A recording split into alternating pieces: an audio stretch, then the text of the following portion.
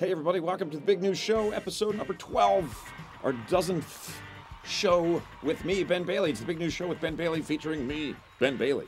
And not just me, of course, also the lovely and talented Miss Emma Gleeson, as well as Sparky the dog will be here, in voice and spirit at least. Also on tonight's show, a bunch of stuff that I can't remember. Oh, we're going to go live from Vic's bar. That's what we do. We sit at the bar and we go live from there. Remember, that segment is not live. We're going to hear some weird, wild, wacky news like we always do. She's got a couple of great stories for tonight. Interesting. One very cute story. We're going to do some movie quotes. Several of those in there tonight, so have fun. And wait till the end to see what the answers are. We are, of course, going to visit the wise old man up on the mountain. Up on the mountain. What's up, wise old man? Give us some knowledge. Then we're going to stop by and hear some basement riffs, a little improv on whatever topic in the virtual comedy club here in the basement. We're going to take viewer questions, of course, probably from some of you that are watching. So we might ask your question. And when I say we, I mean Emma might ask me. At the end of all of that, we're going to do Sunday, Sunday, Sunday, and celebrate whatever weird holidays are today. All of that on the Big News Show, episode number 12. It's going to be awesome. Let's get to it.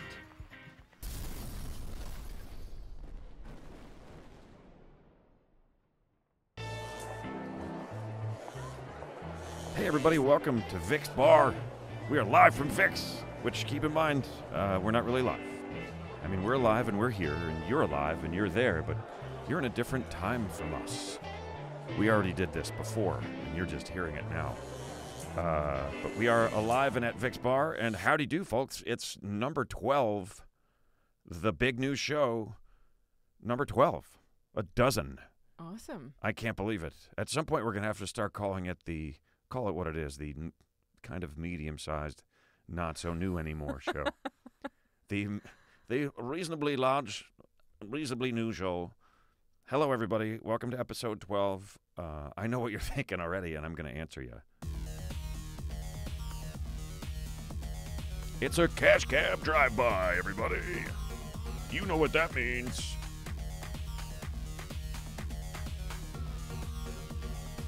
That means it's time for you to drink your drink. So hold it high, folks. Hold it high. And toast yourself, because you've gotten through some shit. Just like we have. I feel like we're kind of on the other side of it. By the way, if anybody wants us to mention their name or their company during the Cash Cab Drive-Bys, we will do it. We will absolutely do it. All you got to do is pay us a lot of money. Cheers, everybody. Welcome to the Big News Show, episode number 12. I'm Ben Bailey. And I'm Emma Gleeson. And Stella Artois is good beer, which I haven't said on the show since like episode 60 of Working From Home.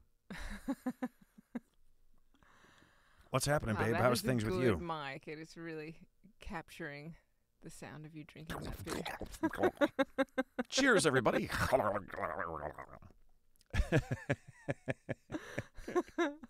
Are you slowly trying to turn Americans into alcoholics? Someone did that a long time ago. And you could expand it to the rest of the planet. I was just thinking the Cash Cab Drive-By is coming like earlier and earlier and earlier. That's because I promised to put it at the beginning. People complained, like, how come we have to wait so long? So now I give them one right out of the gate every time. You know, they've been sitting there waiting. Most of them are waiting the whole week.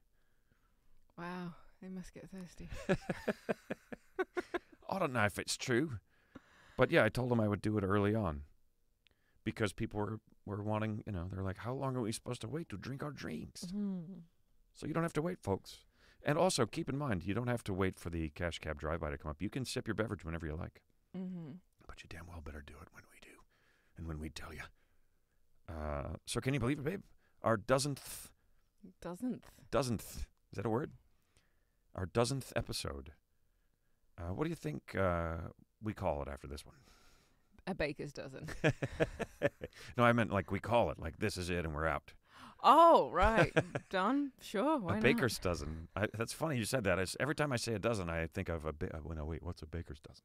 Yeah. And a baker's dozen is 13, right? Yeah. It's one extra. Yeah. Because one's bad or you're going to drop one or just to be safe.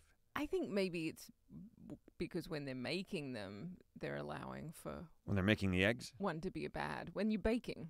When you're baking. When they're baking whatever the dozen of whatever it is. Right, yeah, that's what I mean. So, wait a minute. So they would bake like a baker's dozen cookies. Yeah. Or a baker's dozen. Okay, I was thinking in terms of like purchasing eggs.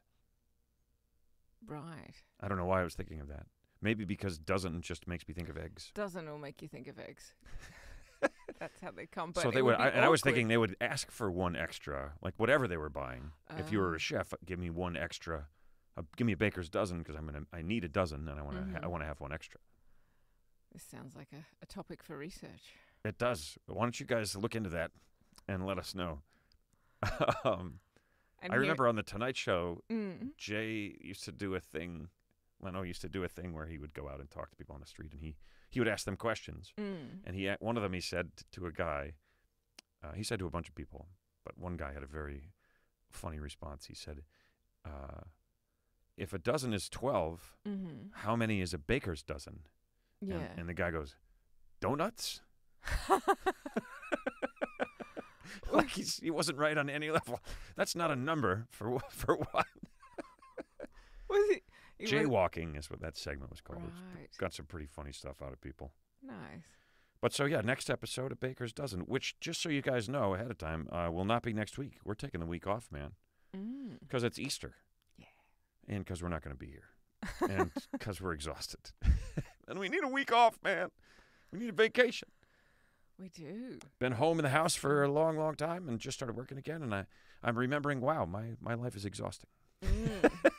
When you say just started working again. Yeah, right. Yeah, I know. I worked the whole time. Yeah. We both did. Yeah, you never stopped, but just started going out on the road again. Yes, got back to touring again a few months ago, as you guys know. And yeah, it's very tiring.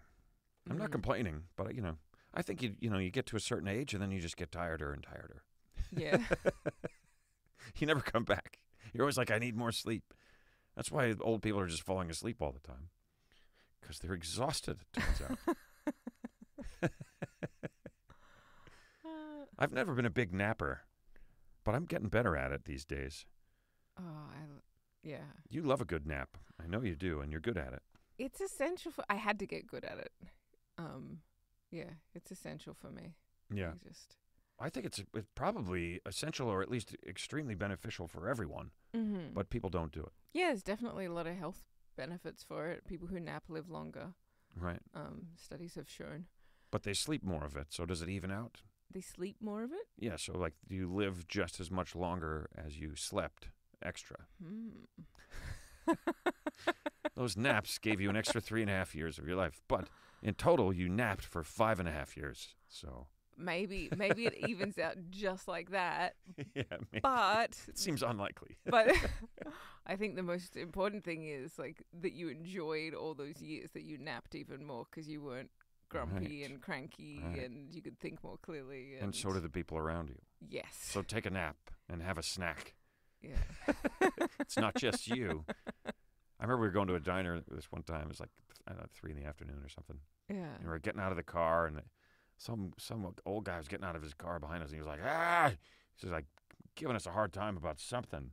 Yeah. And some guy we didn't know. He was parked behind us, and he was like, thought we were taking too long getting out because he had to wait for us to close the door to get through, something like that. And he was like, come on, get the hell out of the way.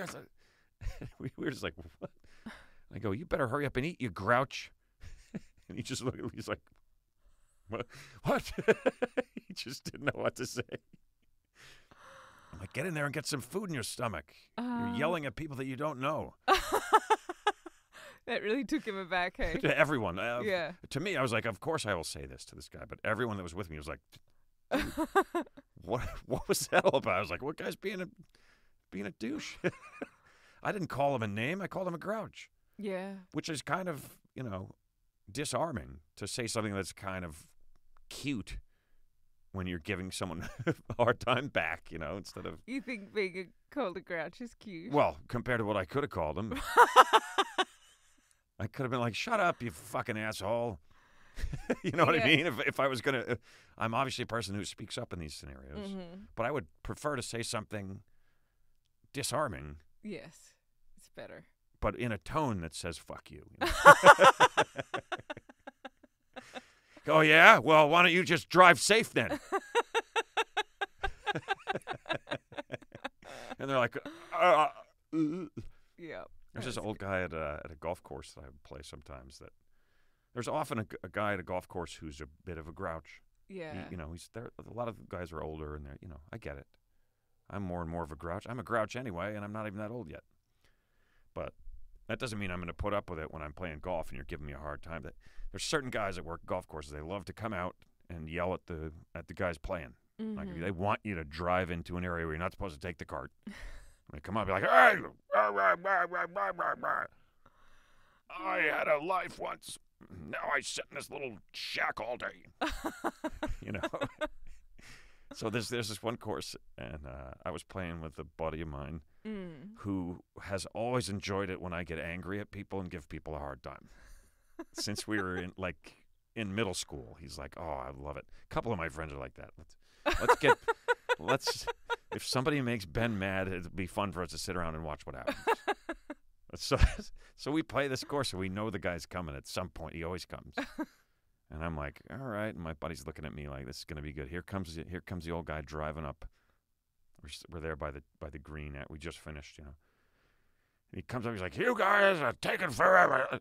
You're playing blah, blah, blah, blah, blah, blah, blah, blah, blah. And then he finally gets quiet, and I go, all right, thanks. Have a great weekend. And he was like, what? I'm like, thank you. Have a great weekend. He's like, I'm telling you, you need to hurry up. And I'm like, I'm telling you to have a great weekend. And like he just didn't know what to do, man. He looked at me, and he looked at my friend. We're only the three of us, anywhere. He looked at my friend, and he just kind of looked at him, and then he was like, oh. And he just got in his cart and drove off. And as soon as he was out of earshot, we just folded over. Oh, my God. Go sit in your little shack, you grouch. I didn't put you where you are. Don't take it out on me. I used to be more of a social etiquette enforcer. Yeah. Than I am. It's not. The older I get, it doesn't seem worth it. But sometimes they still get me. Yeah. Yeah, they're doing something shitty enough. It's like, all right. And sometimes if you're like the largest person around, other people will sort of look to you for that. Hey, are you going to do something about this? That's an interesting phenomenon. Right? If somebody's acting like an asshole, other people are like, hey, you're the biggest guy who's here right now. Yeah. Are you going to take care of this? Or I wonder if that's why my Uncle Bernard, I often say to you, feels that same kind of role. Yeah, because maybe it's upon expected. himself. Maybe it just started out with an expectation. But you were like that. You said when you were still a teen, right? I was, and I wasn't nearly as big as I am now, yeah. That's true. That's a good point. You told me a story about rapping at the mall? Oh, like a rapping station? Yeah, I remember that. That's funny. That's another one of my old friends was there and really enjoyed that and enjoys telling that story. There's a woman wrapping gifts and a lot of people waiting in line. But she's one person, and there's a dozen people that want their gifts wrapped like right away. And these two people are standing there. Is a station out in the mall? No, it's in the store. It's within the store. Right. They have a gift wrapping department at that time of year. Right. And she's overloaded, and and she's doing her best, and you can see she's like sweating it. Poor thing. And these people are standing with their backs to her, right in front of her, talking about her like she's not there, and putting her down. Can you believe she's taking this long? I mean, blah blah blah blah. And my buddy, we hear it, and my buddy knows me, and he just looks up at me. And I'm like, are you kidding? You're going to talk about her like she's not even another human being? She's right behind you. You're going to wrap your own goddamn presents. Merry fucking Christmas,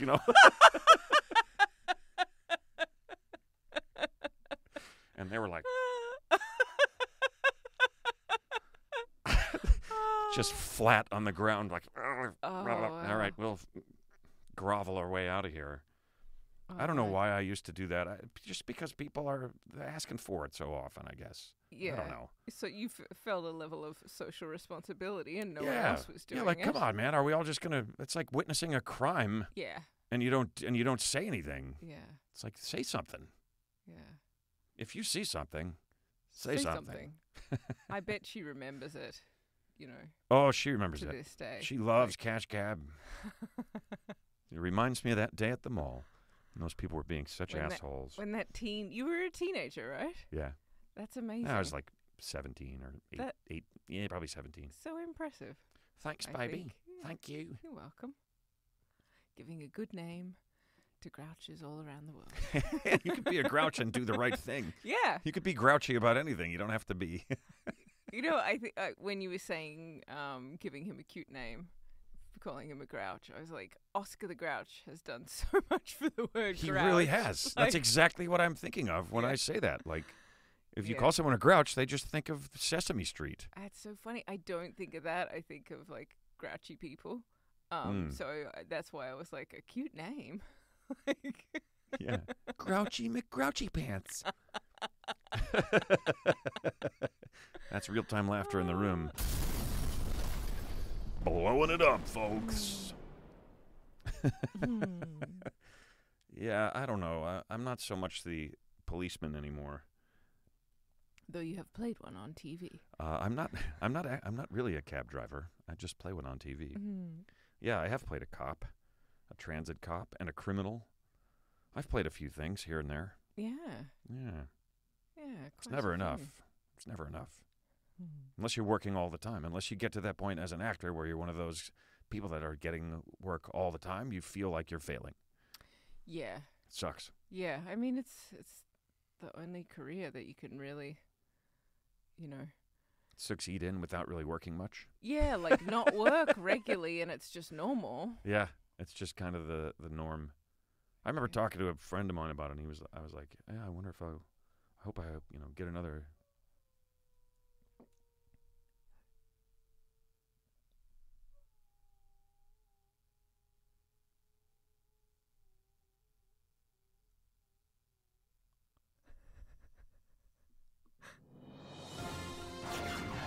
We interrupt this program to bring you the following news update.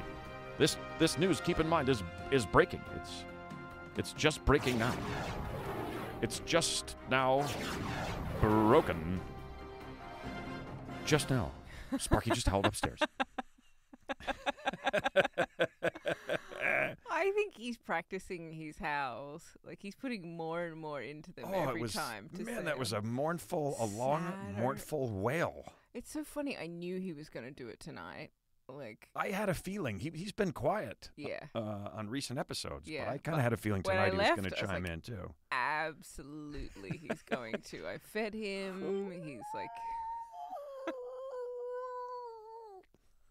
You fed him. I took him for a nice stroll, a nice long stroll. Yeah, he had a long walk. He had a long walk. Yeah. It was funny. I was coming up a hill, and there was a guy coming up the other side.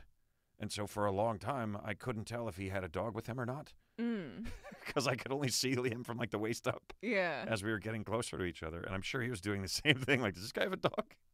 Yeah. And then so I moved over, and then he didn't have a dog. And then he was kind of looking at me like, I'm like, he's a friendly dog. I just couldn't see if you had a dog or not. That's why I moved over. And if you did, he would attack and kill it. Yeah, so. if you had a But dog, it's okay. that would have been a serious problem. No. Sparky gets overexcited when other dogs are around. He tends to get pretty excited. Yeah. Starts but- making noises that are unfamiliar. Unfamiliar to us. Even knowing all the noises he makes. He just comes out with some weird ones, like, oh, I don't think I've heard him make that one before. Yeah. That sort of thing.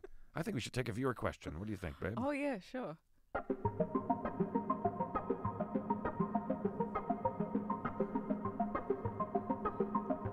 This is the part of the show where we take a viewer question and we answer it.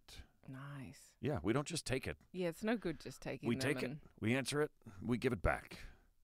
You guys can have the questions back once we've answered them. They're yours to keep. Like a non-fungible bacon. So one of our regular viewers and regular question askers, Elizabeth Fahey. Oh, good old Elizabeth Fahey. Sitting at home in her sparkle bark hoodie, looking out at the mountain. She's What up, EF? She's given us a question from her husband Mark G this week. Mark G? Yeah. Well, G. So, funnily enough, we were talking about golf. He wants to know, Oh boy, what are your favorite two golf courses, and why do you like them the most? What are my favorite 2 golf courses? Yeah, Mark works in the golf industry. Oh, so does he's- he? Yeah, particularly. I guess that's why he's interested so much. Uh, I bet he likes it too. I have only one favorite golf course, and that is the one that I am playing on at that moment. I'm just trying to stall because I have to think about it. I didn't know if I should. It's funny when the questions come in. I'm like, oh, I wonder. It would take me a little while sometimes to think of answers to some of these. You don't always think of these things in these terms. I never know if I should like give you a heads up because. Yeah, no, that's okay. This one would have been a good one for a heads up, though. Okay. For future. Just for future For concerts, future concerts. man. Which is a movie quote, but I'm not going to do it. And you know what? I had a heads up on the one about travel. I didn't have a great answer for that. And that would have been maybe Wait, one. which one? Oh, where we last wanted week's, places we wanted to yeah. go still. Yeah, I remember. Yeah. I have a lot of favorite golf courses. I've played a lot of golf courses in North Carolina and South Carolina. I've played a handful of courses out in California. I've played a lot of golf courses in New Jersey. I don't know. I like a course that has a little bit of an adventure kind of feel to it. It doesn't necessarily have to be like an amazing, immaculate, perfect golf course. There's a course I really like in Southern Pines, North Carolina, called Mid-South. We used to stay at the Mid-South Club and play the Mid-South course. It's an awesome golf course. And I think part of what I like about it now is that I have a lot of great memories from it, including once I was playing like the best round I had ever played up to that point. I was after like 6 holes, I was 2 under par, which I know that doesn't mean anything to you at all, babe. I come home and tell her my golf score, and she says, maybe next time you'll score higher. As words of encouragement. I know that was a joke when you did that, but yeah, I'd figured it out by then, so I could make that joke. I'm 2 under par. I think I'm on the 6th or 7th hole, or maybe further. I don't even remember how far in, but I know which hole if I saw it. But so I hit my drive, and it's right out in the middle of the fairway. And I have to hit over the water to the green, but it's a good distance. I have the right club. I know I can do it. And I put all this pressure on myself because I have a good score, and I don't want to mess it up. And I botch the shot, and it hits the side of the hill before the green and rolls back. And I'm like, oh, I just put it in the water. Shit.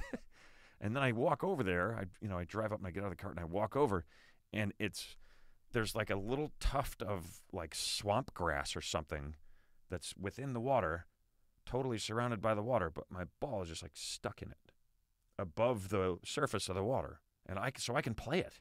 Wow. But so I have to take my shoe off and put my foot in the drink up to my the middle of my shin. So I got my right foot in the water, my left foot on the bank, and the ball's on this little Muppet hair thing. And wow. And I'm like, I'm going to do it. I'm just going to do this. And I hit it, and the green was up away from me, and then it went downhill. So I couldn't see anything but like this much of the flag. Okay. And I hit it, and I watched it. I was like, wow, that's right on line. Boy, did that feel good. And it just goes, and it went in the hole. Oh, wow. But I didn't see it because I couldn't see it from where I was. Yeah. But my buddy, Dr. Dave Wilson, was Yeah. driving by in the cart, and he goes, I think I went in the hole. I think I went in the hole. He started freaking out and ran up the hill with Oh, that's one awesome. shoe off. Yeah. So He ran up the hill with one shoe. no, but he you ran. did. He ran over from the cart, and I ran up the hill with. It's just a one shoe off day. You're all running around. Yeah, everybody. If one person, that's a rule in golf. If one person takes the shoe off, everyone has to. So then we all have one shoe and one glove. Oh, that's interesting. I didn't know this about golf. I'm so You glad. can tell me anything. I know you didn't believe that. Well, I made it But, up. I'll tell you what, this is true. And I said this in the chat last week. Gullible is not in the dictionary.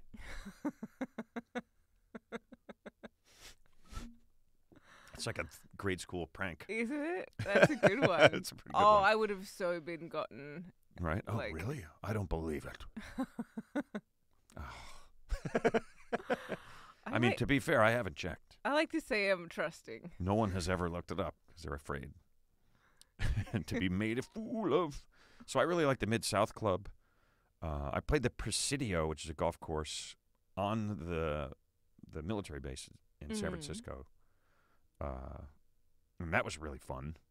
I like just the huge trees, and things are just different out there, Where is that? That is Pacific Northwest.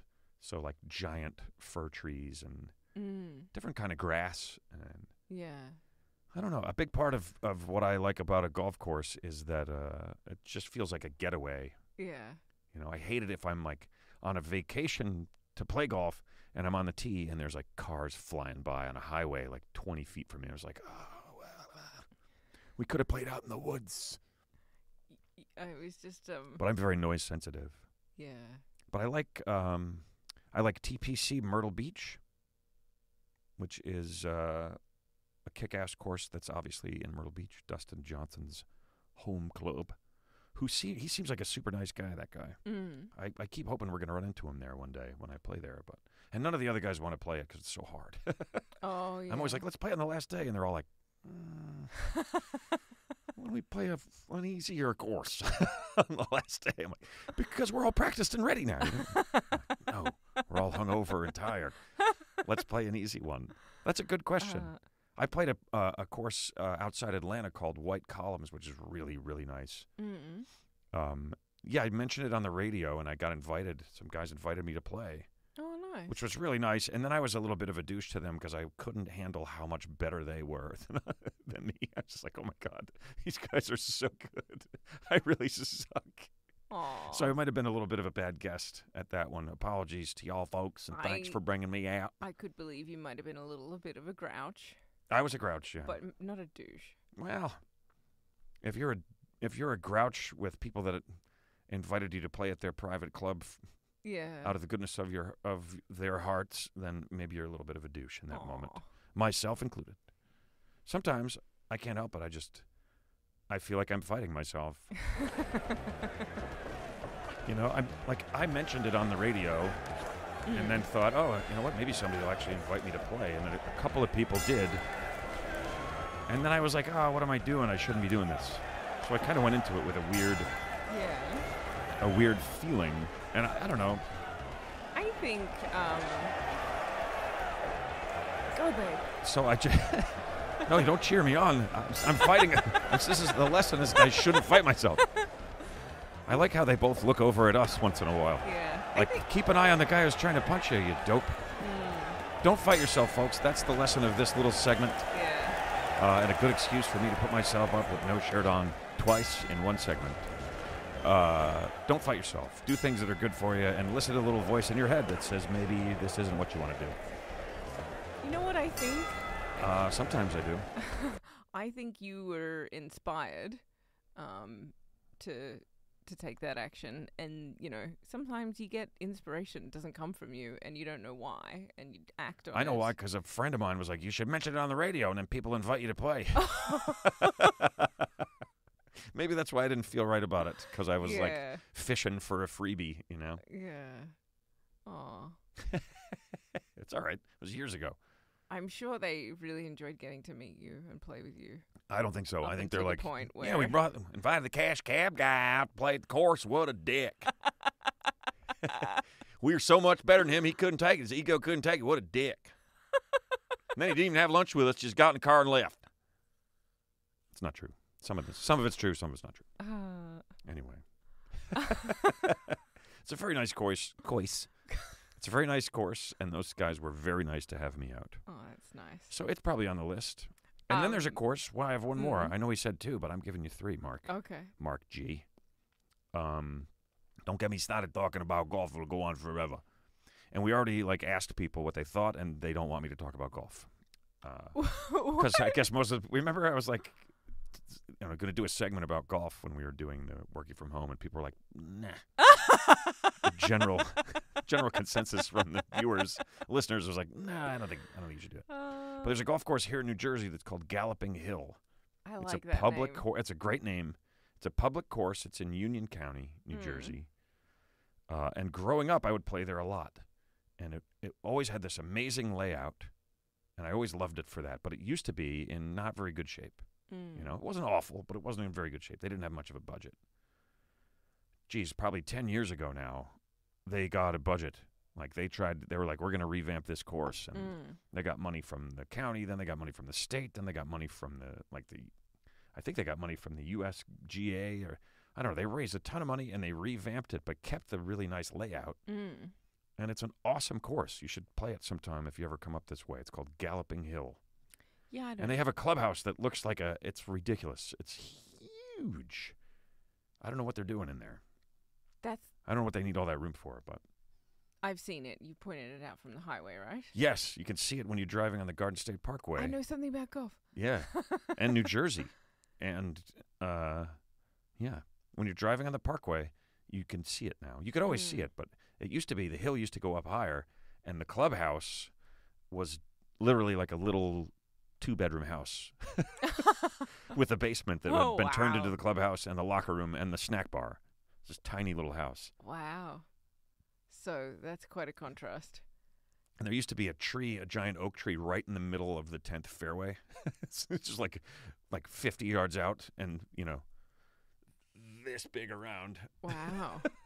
But they got rid of that and they built this huge clubhouse and they took some trees out and they sawed off the top of the hill. And when you're going by on the Parkway, you can see the 10th tee is right there.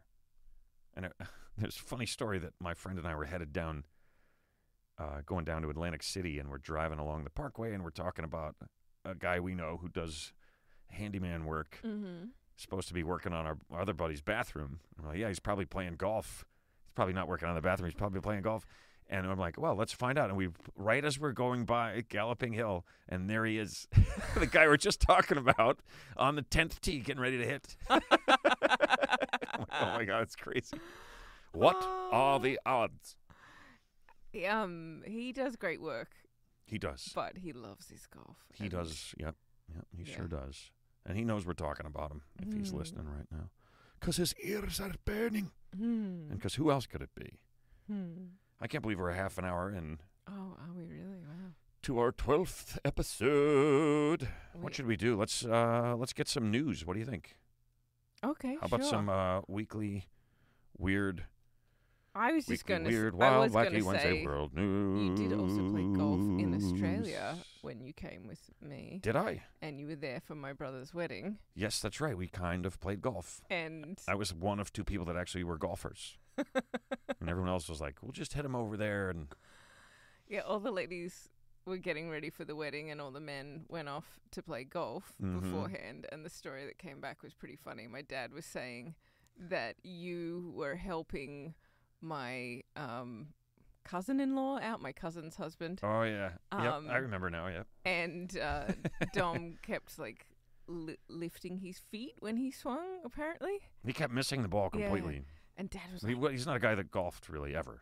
Yeah, and Dad was like, Ben's really good. He's really good at the golf. And he said he was so nice with Dom. He was really helpful. You didn't feel like you were good either because you didn't have your own I'm just not anywhere near as good as I want to be. And you're not, yeah. And feel like I could be. And you're always very hard on yourself with it. But just like everything else. But you really helped Dom out, according to Dad, and were giving him tips and pointers and stuff, but he just couldn't. Dad was like, as much as Ben told him and as much as he tried, he couldn't get it through his head. He just couldn't make his feet stay on the ground when he was swinging. He couldn't. So Ben lay down on the ground and held his feet down and... Oh my God. And it wasn't in a tuxedo. Just kidding. But it wasn't a well-maintained golf course from what I understand. Yeah, it wasn't amazing. And no. it's Australian. But it's cool. It's Australia. It's drier, the dirt's dustier. You lie down on that grass, you have it all over you and the dirt and everything. And I was like... so impressed. That's still what I think of when I think of you lying down.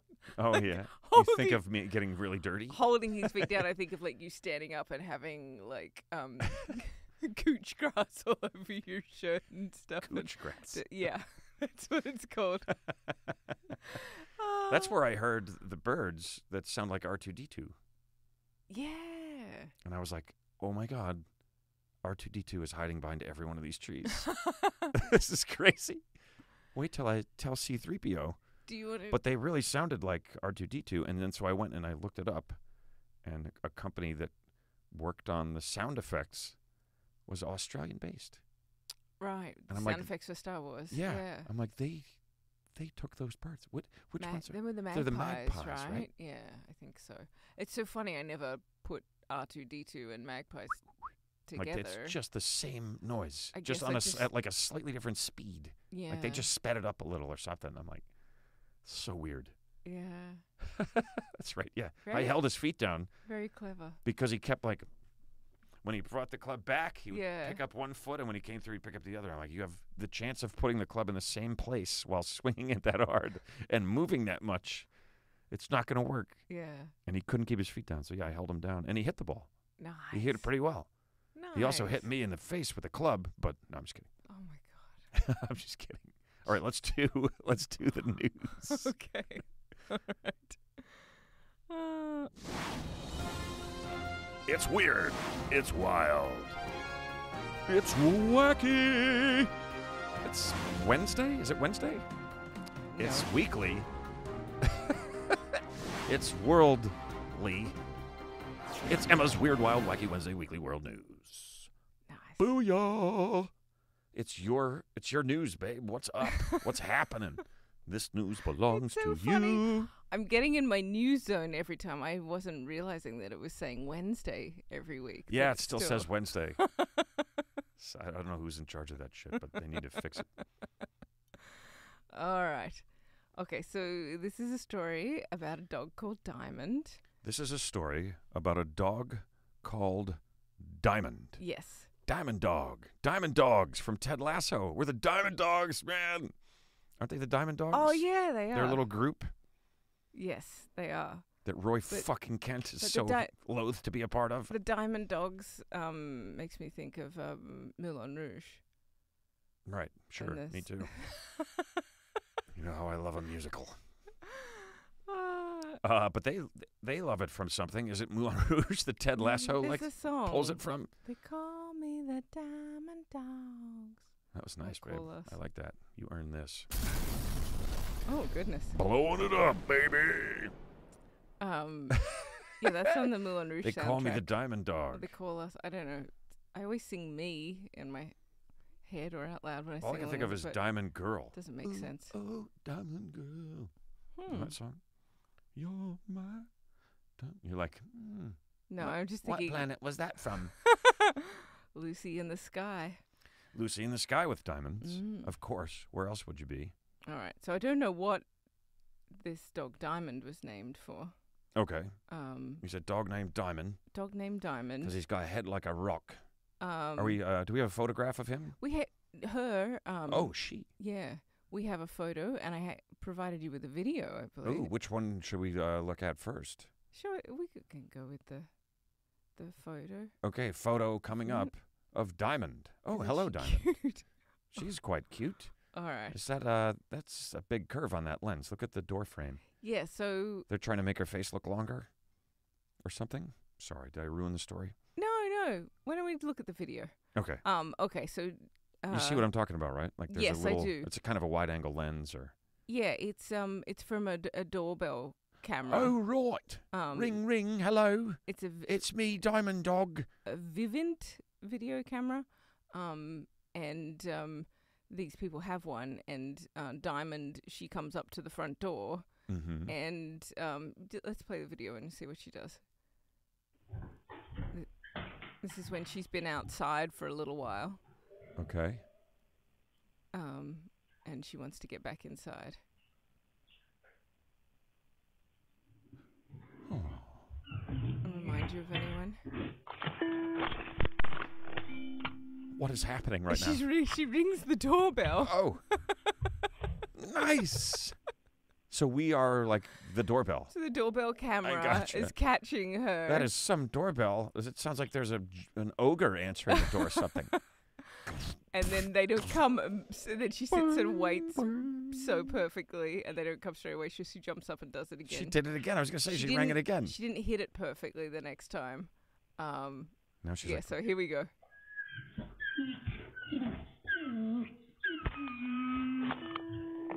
Speaking of pooches making some weird noises. Is Sparky chiming in right now? No, that's all her. Oh, okay. Wow, she sounds like a whale or a humpback whale I or something. know, right? Like an orca or something. Wow. She rings the bell. I thought that was really cute. Oh, I and like clever. it. Way to go, Diamond Girl. And it's just amazing what dogs can learn to do. Yeah. Like, so yeah, she was out there for like 2.5 minutes. She's not being neglected at all. She's just trying to get in because she knows it's time for her to check the stew. Why the stew? I don't know. Just a random Thing that's harder to do than ring the doorbell. Oh dear. Wow, that's awesome. Where is she, Diamond Dog? In Alaska. Ah. Yeah. And I there's see. two- Oh, there's well, two that little- explains it. 2 little girls that live there, but they know they're not to answer the door. Because it's going to be Diamond. No, just because they don't answer the door to strangers. right. So, Right. so Don't answer the door. so It's if the they neighbor's know, dog. If they know it's her, it's their dog. It's you their know? dog. Yeah, they can, but Then they'll let her in. yeah, but like yeah, she's hilarious. But That's pretty impressive. Yeah, but it's got to make you think of Sparky, right? Oh, totally. Yeah, Sparky, we had to change the door handle On the back door. on the back door because we didn't really show him how to open it. He he figured out how to open it. And then we taught him to close it. Yeah. So he would open the door, he would come in from the backyard and close the door behind himself. Yeah. Most of the time. Yeah. But it was like we need to be able to keep him out there. Yeah. So, without locking it, because we kept locking ourselves out. Well, So we wouldn't be like down in the back, and then Sparky just goes in and leaves the door open. We would have to lock it. But yeah. so eventually I had to take the handle off and put an actual knob on there. Yeah. Because having him just let himself in when his paws are all muddy or Yeah. Yeah. Or we're outside. yes. And then he would come in and shut the door behind him. It would be fine, but if he didn't, then you're like, I gotta go. Yeah, and he gotta go wasn't all the way up there and shut the door he now. wasn't really great at shutting it behind him. If we weren't in there, he's like, well, there's no one to give me a treat, so what are the chances? And he's like, I might want to go back Yeah. out. He did it a little in the beginning. I remember one time we were outside and he did. We were out. He shut the door. Yeah. Yeah, we told him. We were like, shut the door, shut the door. Yes. And then he did it, right? Yeah, and then I think he was like, oh damn, I can't go back. Yeah. He's like, they got me again. Yeah. So you just That's a dog's life. You're just being Bugs Bunnied all the time. Here you go. Yeah, everybody's like, come on in here. And then you go in there and they shut the door and leave you in there. Oh, son of a bitch. How does this keep happening to me? Yeah. Well, that's a cool news item, babe. It made the local paper or somehow? It was on TikTok. They put it on, like, racked up 4 million views and 4 million views. something. Yeah, because We have like 211. This show that we produce and put a lot into. The dog rings the doorbell. 4 million. We should be using Sparky more. We should definitely be using Sparky more, and we should be giving the people a chance to sip their beverages. So Alrighty. here we go. But you know what? I need to start marking the time down because I make more work for myself. Oh, yeah. It's a cash cab drive-by, folks. That means it's time for you to drink your drink. And if you're a certain viewer, booty dance. You know you want to do it. Get up and do it. Oh, yeah. It's a drive-by, folks. That means toast yourself. Take a sip of your beverage, whatever it is. Be it beer, be it whiskey, be it water, be it wine. You take a sip of yours, and I'll take a sip of mine. I just made up some really cool new cash cab drive-by stuff. I was going to say, cash cab drive-by turns you into an old-timey fella. Yep. Be it beer, be it water. Be it beer, be it water, be it whiskey, Okay. be it wine. You take a sip of yours, and I'll take a sip of mine. Ooh. Be it beer, be it water, be it whiskey, or be it wine.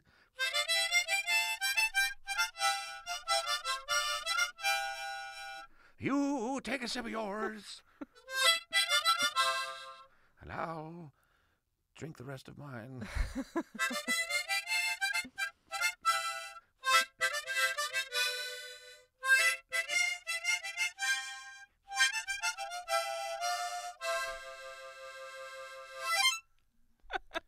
I like your little dance there. Thank you. I felt like I needed to do something. It's just sitting here. Just watching. You know how they feel.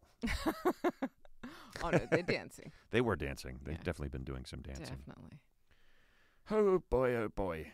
You know what I think we should do, which we haven't done? What's that, babe? Really, hardly at all in ages. So long that I don't even have a place to mark it down. So I need to make one. I'll put it in the miscellaneous column. Ooh. That's a great word. It is a great word. It's good for so much. Just a quick trip to the beach. Oh, that's nice. Just take a minute, you guys. Imagine you're at the beach. I was just thinking about this before when you were fighting yourself. I was like, you know Don't what? fight yourself. Go to the beach. We haven't taken a trip to the beach in a long time. Oh, I like a nice beach trip. So nice. Listen to the waves. Watch that person walking into the water and... Oh, vanishing. Those rocks are bigger than they look.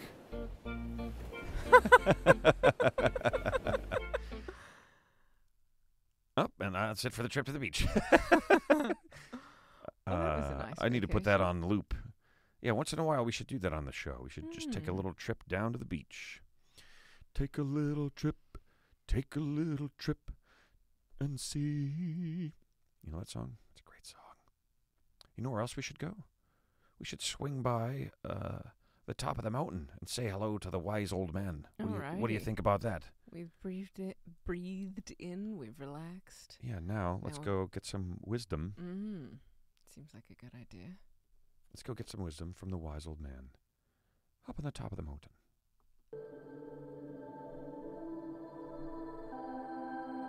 I remember when I was like 14, I used to come up here with my sister. We used to come up here all the time because we live not that far, down on the old Sayreville Road, down there, just over the hill, right back over there over the hill, and then around, and then down and up, and up. There's like a little, like an L, like you gotta loop around, and then you gotta go up, and then you go all the way to the end of the L, and there's like a dirt road, and then you go back further, a little bit further back, and there's where there's smaller homes from the town. We live in one of the smaller homes, but we weren't ashamed of it or nothing.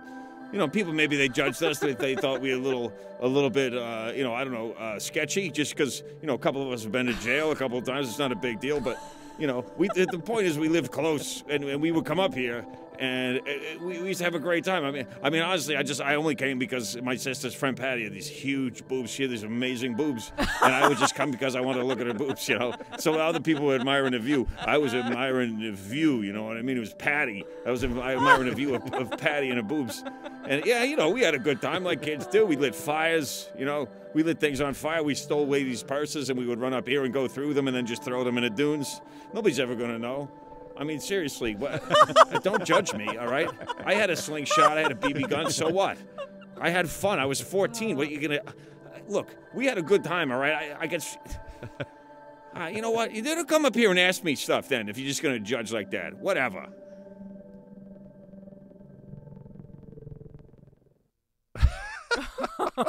Wow, he got a little mad. He seemed a little bit upset there at the end. Were you looking at him funny, babe? He seemed a little offended. He seemed like he felt judged. It wasn't me. I was laughing. Oh. We've had some good response to the wise old man. Yeah. People seem to like him. Yeah. And everybody seems to compare him to someone else. Oh, you look like... They keep saying, you look like this. I'm like, no, I don't. And then I realize, they're talking about the wise old man. They think it's me. It's ridiculous. Oh dear. What's the term? It's gone out of my head for when crimes have been committed. It's too long. Far past. Statute of limitations. Yes, yeah. I think. Yep. He is hopefully the statute of limitations has run out. Relying heavily on the statute of limitations. He's admitting to a lot of crimes. I just thought it was week after week. Really funny if his voice didn't go with his appearance. And then I was like, it'd be funny if the things he says don't go with his appearance at all either. So he's like a pervert and a criminal. Oh, patty cakes. Oh, patty cakes. Hope you kept your distance. Yeah, maybe we'll find out. Maybe he has adventures with Patty. Who knows? Interesting. Who knows? Interesting to see where things go with the wise old man. The wise old man on the mountain. He doesn't know shit. Why don't we take a look at the website, and I can show you guys my upcoming dates. Oh, cool. First of all, join the mailing list when you get there, therealbenbailey.com, if you would. And put your zip code in so you'll only get the ones that are meant for you. Only get the emails. Spokane Comedy Club, Spokane, Washington, April 22nd and 23rd. Summit City Comedy Club, Fort Wayne, Indiana, May 6th and 7th. Zanies in Chicago, May 18th through 20th. Zanies Rosemont, Illinois, which is kind of north Chicago, on the 21st. That's the Saturday. DC Comedy Loft, July 28th through 30th. Tacoma Comedy Club, Tacoma, Washington, August 12th and 13th. Ridley's Comedy Castle in Royal Oak, Michigan, November 11th and 12th. And Skyline Comedy Club in Appleton, Wisconsin, December 2nd and 3rd. Nice. Hoping to have some more dates to add. I still don't at this moment. My agent is kind of slacking. It's me. So I've got a lot of other stuff to look into. You can see I'm now pointing out the social media outlets. That's the Patreon, that weird little link at the end. And then the Shopify store. You guys are in for a treat here. Here it is, the Shopify store where you can buy stuff. Sparkle Bark hoodies, 2 different kinds, notebooks, T-shirts, big new show, hoodies, bottle openers, buttons. If we ever sell a button, I'm going to be amazed. A magnet, a mouse pad. We got all kinds of stuff, guys. There's the hat that Emma was wearing last week. Mm-hmm. There's a big new show. And look, here's the people in the hats. Oh, wow. Yeah, they're looking happy, aren't they? I don't think that's a person. I think it was an actual person. No. We do have it in these other colors, too, guys. There's the oversized big new show mug. You can now pay with Amazon Pay, people. You can buy with Amazon Pay. And the money still goes to the charities, Share Our Strength, and to pulling plastics out of the ocean. This is the next part you're going to love, guys. Here's the pint glass, the beer cozy, the blanket, the Your T-shirt Killed My Life T-shirt. And then you'll see featured just below that a product that's called David Kowalski's Underwear.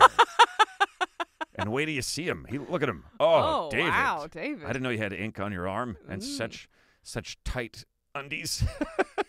I named him for you. Kowalski, you better buy a pair. There you go. Be good to each other T-shirt. Something I used to say on working from home when we were locked down and going through hell. The new Good Ass Toast T-shirt, as requested last week. I do need to fix the donkey's eyes. They look a bit black. I just noticed. I'll do that. The Please Let Me Sleep big new show eye mask, as suggested by Miss Emma Gleeson. The rest of the stuff is the same. I did, yeah. The travel mug, the my second favorite now, Keep Your Ass Clean T-shirt in many different colors. Sparkle Bark puzzle there at the bottom. So yeah, there's lots of stuff for you guys to purchase if you would like to support us. Get yourself something pretty cool, and make a donation through us to Share Our Strength, or whatever you buy. Every single order that gets placed, 1 pound of plastics is removed from the oceans. And I got an email from them the other day saying that it's already begun. Nice. So far, I think we've pulled 5 pounds of plastic out of the ocean. Isn't that based awesome? on you guys ordering stuff. That's a lot for plastic. It's a lot. That's like a pound is like bags. 50 to 60 water bottles to make a pound. Oh, okay. Like, it's a lot. I was thinking plastic bags, but right. Well, the breakdown that I read was of water bottles. Right. Because I think that's one of the main things that are, plastic bags too, of course. Yeah, it's crazy. Yeah. So thanks for that, guys. Well done. Cool. And please feel free to buy other stuff and more stuff, because then the money comes to us too, and we like money. It's good because it keeps us. We don't like it so much as we need it. Being able to spend time doing this instead of like going off and doing other things. Right. Pulling plastic out of the ocean ourselves. We'll stay here in the studio and sell the idea. You guys fund it, and someone else will do the actual pulling of plastic items from the ocean. But that means a lot to me that we're actually helping with that. It is. I would love to at some point, when things get back to normal and we're kind of caught up from nearly 2 years of not working, maybe we can put more of the money that comes in will go toward these charities, and we can make a bigger difference. That'd be great. Because the amount of plastic in the ocean it's disgusting. It really is. Yeah. It's horrible to think about it. Yeah. And the oceans are so amazing. But really nice to think about them getting better. Yeah. Really nice to think that we're helping and you guys are helping. So. Yeah. So Very fantastico. cool. And I love the eye mask bit. You remembered that I always would say, like, when you get on the plane and they give you eye masks if you're... Yeah, they should say what you would like them to do. Yeah, if you're flying internationally and, like... Yeah, it's awful when you finally, like, you work for hours and hours to get to sleep. Oh, it takes you forever sometimes. Just get to sleep. And then they come around and wake you up and say, would you like some food? Are you hungry? You're like, I will kill you. Oh, my God. Clearly, I want to sleep. But I was thinking if an eye mask that said, wake me for meals on one side and please let me sleep on the other side. Let me sleep on the other so you'd know. Yeah. Yeah, that's a great idea. Yeah. I only did the one side. That's fine. On the inside, it just says like... I only ever want to be left to sleep. Right. You know, I thought that was a pretty good thing for an eye mask to say, please let me sleep. Yeah. And I like the little slogans. I'm honestly having fun making the products, too. Try to make something that's kind of cool and not just an advertisement for the show. Yeah. Also an advertisement, but not just an advertisement for the show. You know what I mean? Yes, I do. Do you? Well, I'm glad. I'm glad you do. You know what I think we should do? I think we should take another I knew it. I popped up the viewer question thing. I read your mind. This is another one that I should have, like... This is the portion of the show where we take a question from a viewer and we answer it and then give it back. All right. This is a question from Red. Red? What's up, Red? He asks... I have a question for Red. Do you remember Fraggle Rock? He asks, do you guys have a holiday tradition, like specific food for Thanksgiving or spinning in circles with a tambourine on birthdays? I'm not sure if other people do that or if that's just Red. What? Thinking we're a bit weird and maybe we do something like that. Do you guys have a holiday tradition like a Christmas tree or juggling things that are on fire? Maybe it's from all your juggling that's... No, wait, what is it? Spin around while holding a tambourine? Spinning in circles with a tambourine on birthdays. Interesting. I guess, Red, that's one of your family traditions? Ben's a whirling dervish, and I'm the girlfriend of the whirling dervish. I have the pants and I don't even know what you call that piece of clothing. They have there's pants under and then like a giant kind of skirt over, right? That spins when they spin. Right, yeah. And what are they? Cossacks? Well, I guess they're whirling dervishes, but isn't that dance? Where did that originate? Sorry. You say things and I'm like, I need facts. I want to know the origin of every word that comes out of your mouth. Do you have a good answer for Red's question? Is there something that you're thinking of? No, that's what I was like. I should have thought about this before I asked it, but I didn't. I don't think... Well, Thanksgiving wasn't, traditional for me. Right, of course. So I had to, Some people are like, why not? pick that one up. Because Emma's from Australia, where Thanksgiving is called Thursday. And I actually turned vegetarian when I was 13. But... Well, you could, but if you were celebrating it, you could still celebrate it. It's not like you're vegetarian. No more Thanksgiving for you. No, but I was going to say, but when you can have tofurkey. When I moved in with you, or clofu, I learned to cook turkey. That's right. Yeah, the first time because we were hosting and Ben wanted turkey, and so. And when I say what I want, she makes it. So it's like, all right. So yeah, now every year for a lot of years until COVID, we host and you cook a turkey. Yeah. And sometimes more than just a turkey. It's a weird thing to be largely responsible for the cooking of food that you're not going to eat. Well, I started eating it is the thing, because after a couple of years, I'm like, okay, I'm buying a free-range organic turkey. Like if I'm going to cook a turkey once a year, I'm going to buy a really nice quality one. I want the bird to have had a good life, and then I was like, well, and then I'm throwing it away. You want the bird to have had a good life. Yes. What's so funny about that? Because it'll taste better, or it'll be more tender. No, for it. like for its sake. Yeah, for the bird's sake. Right. So you only eat old turkeys. No, they have to be young because you kill them in their prime. That's when they remember that they've had a good life. Right. So first you have to George and Lenny them. You don't want to look at the beautiful sunset. Isn't life fantastic? George and Lenny? Yeah, of Mice and Men. Oh, okay. You don't know how that ends, do you? No, I've never. Spoiler alert. Yeah, I was gonna say. Oops, they kill a chicken at the end. Well, you know how you do it with a chicken. No, I sure don't. You draw. You buy it at the grocery store. You grab a chicken. This is what my dad told me. All right, folks. Here's when what you you had do. to kill chickens. Grab a chicken. You grab it Yeah.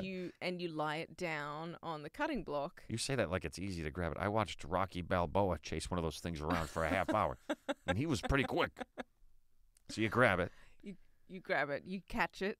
You put it on the chopping block, and you hold its neck out, and you draw a line of chalk straight out from its beak. And it mesmerizes it somehow, and it just stays there, lies there like that, looking at the line of chalk. Because it's like, this is what they told me about. They draw a line of chalk right before the end. Scares the bird stiff. Oh no, he's drawn the line. And then it'll stay lying like that while it'll hold its head there because there's a line of chalk. Yeah. Oh, there's something really awful about that. Oh, really? I thought it was cool. It is cool, but it's like... And then it runs around. The poor thing. And I'm then telling you, it's like word has gotten around that when you see that chalk line, your time is up. Yeah. That's so But that weird. wouldn't that be more reason for the chicken to run? Well, he's scared shitless. He's heard about the chalk line his whole life, and now he's looking at it. He can't do anything. But then, you cut their head off, and then they get up and run around. Then they run around. Yeah. So like they're a alive chicken. and conscious, but a chalk line causes frozen. And then you cut their head off, and they get up and run away. And their body runs. Because they can't see the line anymore. That is crazy. It's insane. The first person that ever chopped the head off a chicken must have been like, what the fuck? They must have thought it came back and was going to kill them, you know? Yeah. Oh, that's wow. Have you ever done that? No, I have not. But you've watched or you've just heard? No, Dad would kill sheep when I was a kid. Did I tell that already on the... Maybe. I think I did. Maybe on the working from home. He maybe didn't just go out and kill sheep, right? He was like he'd food purposes. Go and buy a lamb, right? Which is like a young sheep, not a lambing, like not a baby. Yeah, I feel like I told this recently. Anyway, he would I usually don't listen. Drive. Just kidding. He would go. Oh shit! I earned it. Okay, please continue. He would go to a local farm. I would often go along with one of my sisters, and he'd pick out a lamb, a young sheep, and buy it from the farmer, and from a farmer he knew, and then tie its legs together, and put it in the boot of the car, or the trunk, as you'd say, and we'd drive back home with the. I was about to ask if it was alive, sheep, but I'm like, around. why would you tie its legs together? Yeah, and then take it out. This is murder. You're talking about a premeditated, drive him out in the middle of the desert, tie him up, throw him in the trunk. This lamb is like, I've seen this in the movies. Yeah, don't take my dad on. He knows how to do things. No. You'll end up tied, your legs tied together, and off you go. Hogtied. Hogtied. Yeah. And then bring it home, and Mum would ask him to throw it under the orange tree because the orange tree didn't grow very well, and she thought some blood and bone would be, and just blood in this case, would be good for the orange tree. It never did very well. Were they blood oranges? They weren't. That's the problem. I think it was a problem. So, and I would watch all this as a kid. You would see it happen. Yeah. And you were fine with it. Yeah. The other kids ran screaming, didn't they? Didn't they, Clarice? You can tell me. I don't think so. And then, and we got there. We finally got there. It's tonight's first movie quote. Oh. It's so obvious. Wow, it's so far into the show. I know. We're Last only week we just had getting 5. movie quote. Now they're going to come out. Now you know you're in the zone, babe. The movie quotes are flying. I guess so. Something like that. I just have to tell a gory story about my dad killing sheep. And It's just so obvious, that one. Like, I'll help you catch him, Clarice. Yeah. So, So he would bring it home. And then we'd run off and play. And we had a swing set that didn't have like a whole bunch of. It was just one swing and a metal stand for it. And he would take the swing off and take it into the garage and hang the sheep and bleed it overnight. This is it's so funny to me. It's like, good that he took the swing off. So matter of fact, yeah. And then in the next morning you'd wake up to like the sound of the butcher's cleaver on the butcher's block in the garage, and Dad would be chopping up the sheep, and then we'd have lamb to eat for a long time. Mum and Dad would fill the freezer with it. We had a big freezer, like the side by side one. Or maybe it's just a freezer. Just a freezer. Yeah, stand-up one. A stand-up one, one of those like in the laundry. Full refrigerator-sized freezers. Yeah, that's what it was. A big freezer is a good thing to have, even if you're not going to be killing animals and putting them in there. It's good to stock up. We don't have to go to the store nearly as often because we've got a big deep freeze thing. That's amazing, babe. It's so very different from my childhood. Yeah. Yeah, no one ever slaughtered anything in front of me. Yeah, but it just was. Nor did we have an orange tree. No. My grandpa had lots of citrus trees. My grandparents did too. They lived in Sun City, Arizona, part of the year, and there were orange trees and grapefruit trees. Yeah. It was awesome. Those grapefruits. Yeah. I used to love a grapefruit in the morning. Yeah. My mom would like cut it, section it, and then you just have to scoop it out. Of course, I would put like a pound of sugar on it. Right. As a kid. Yes. And it was that makes more sense. Good. Oh, so good. Yeah, my nanny and grandpa had passion fruit vines as well. Ooh. They grow a lot of them, and oh my god, I love passion fruit. It's a fruit that you don't have much here at all. No, it's only in like mixed juices with other stuff. It's like passion and something else, Interesting. Wow, what a very different childhood yours was from mine. Yeah. But yeah, that was second nature. But not everybody. I'm sure a lot of people have similar experiences like that. Yeah. Anyone that grew up on a farm or near a farm, not that you did, would have similar experiences. But my parents did. So Dad knew how to do that stuff, and it was good. We were eating good quality meat. Yep. And fresh. Yes, and then frozen, and it was probably financially made a lot of sense. Yes, too. I think it made a big difference. They were feeding 4 kids. Yep. So that's a lot of mouths. Yeah. Little mouths to feed. Yeah. Hungry little kiddos. Mm-hmm. Wow. But back to the turkey. I then decided, okay, turkey? I'm not doing I'm not doing the turkey or anyone any good if we're just throwing part of the turkey out. Right. Afterwards. It's true.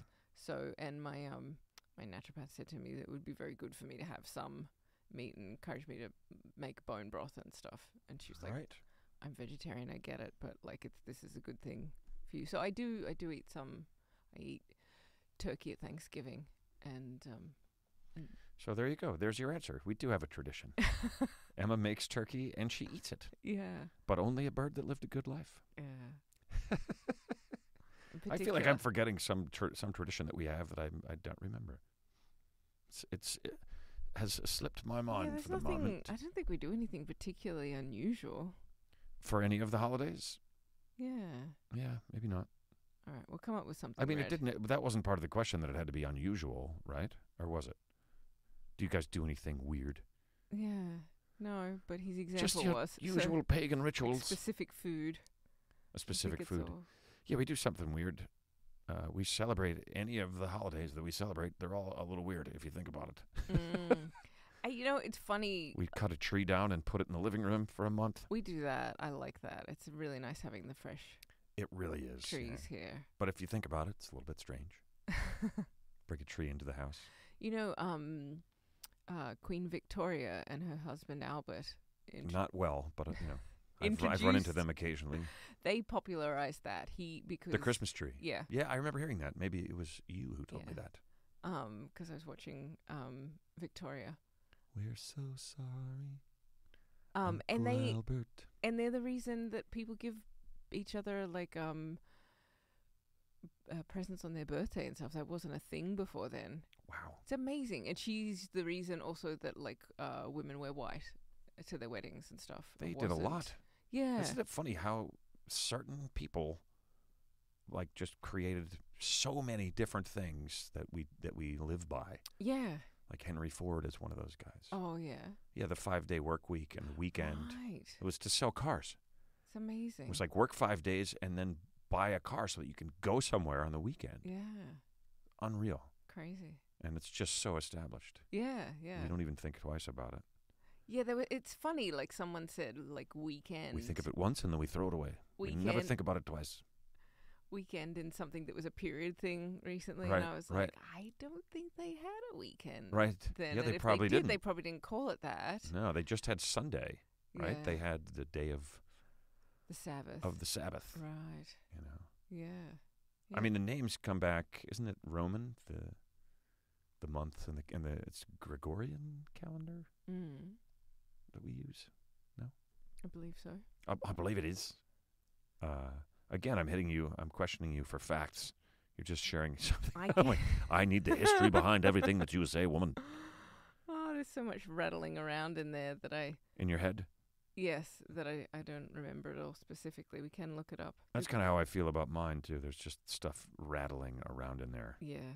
And if I can shake it out and get it, the thing I need to come, then that's terrific. The Gregorian calendar is the calendar used by most of the world. Booyah. It was introduced in 1582 by Pope Gregory the 13th That's another movie quote. As a modification of and replacement for the Julian calendar. The Julian, now that was Caesar, no? Julius Caesar. Yeah. Julius Caesar. Hold on, I gotta play this. It's movie quote number 2. And it's this. Don't you fucking look at me!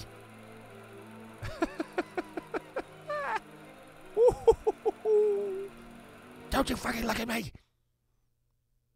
Sorry, guys. Oops, hit the button again. Okay, so do you know what the difference between the Julian and the Gregorian calendars is? The average year in a Julian... Hold on. No, I don't. In a Julian calendar is 365.25 days, while an average year in the Gregorian calendar is 365.2425 days. 0.2425 instead of... I don't even know how small... That's the only difference? Yeah. Well, that's the main difference. Why is that? Is there any explanation of that? That's a lot for you to find right now in the moment. But it's something to do with leap years and how it doesn't all work out just right. Yeah. Huh. So otherwise, I guess if we stuck with the Julian calendar, the dates would be like the shifting, and slowly the seasons would shift to a different... Right. Well, they kind of they seem to migrate a little bit to and fro anyway. They're not always exactly the same. Or like if you try to do a trip on the same weekend every year, it jumps around. It's not always the same dates. It's not always the same... You know what I mean? Right. It stays close, but it moves a little bit. Yeah. But I imagine for the most part we're staying pretty close to it. Well, I don't think anyone would notice if we just switched back. No. If we switched back. Wait a minute. Are we using the Julian calendar? There's other... I feel like this year was... But how crazy is that, like being... 0.1125... The idea of living in a time when everybody around the world wasn't using the same calendar. Not that we all totally do right now, but like... Right, yeah. Time zones are weird enough. Time zones are weird. I just realized this week, because my dad was in Adelaide, that Adelaide is on like a half-hour different time zone. I was like, right. Hang on, is that... It's funny that you said that because Jonathan, my friend and manager, my manager Jonathan, Mr. Brandstein, went to that cool place in Utah, and they were on the line between like part of where they were staying was on one side and part was on the other, and it was a half an hour different. Yeah, a half hour is odd. Or maybe it was an hour there, but they were going back and forth between them. Yeah. Time zones are a weird thing. Yeah, like there's... Remember the trip in Florida? Mm-hmm. With the time zone thing? Oh, God.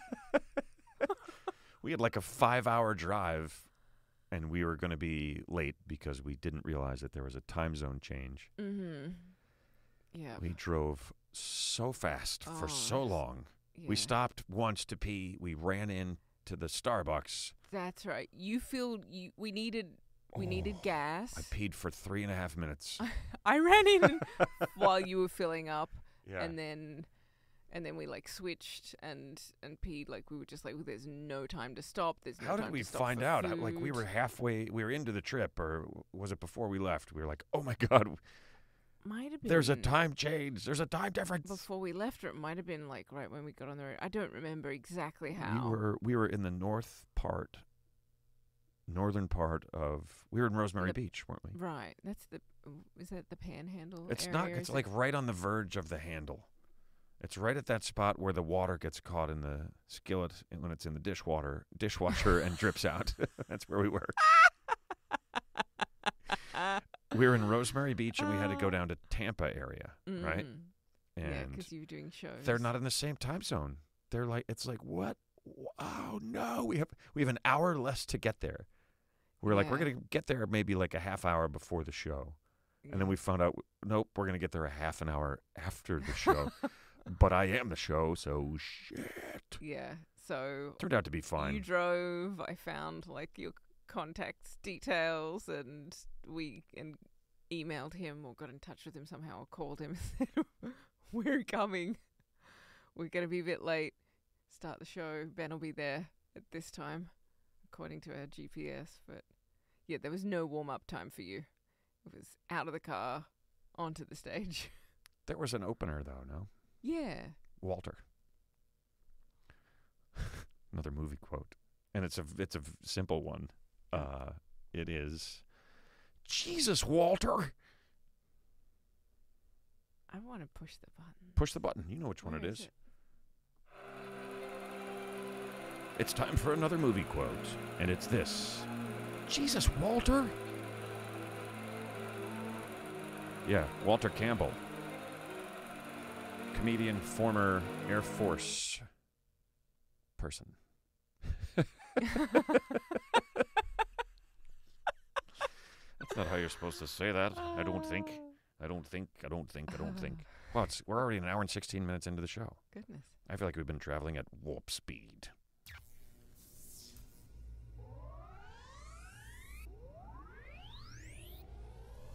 Hold on, babe. Here we go.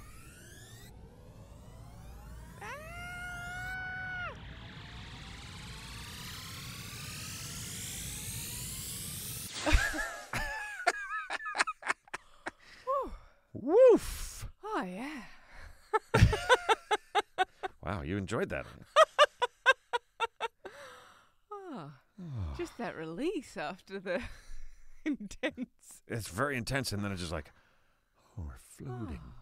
Now we're just floating out here. Feels like I'm doing some really good meditations these days. Are you? Yeah.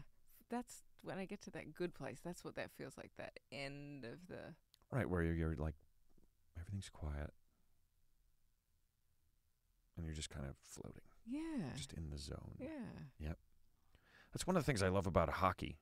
I was going to ask, are you getting that with hockey? I get to like here's what happens. You get the puck, someone passes you the puck, or you pick it up, a loose puck or whatever, and then you start to carry the puck and look for a pass or a shot, and there's a point there where you're so focused on that, you're just in this moment.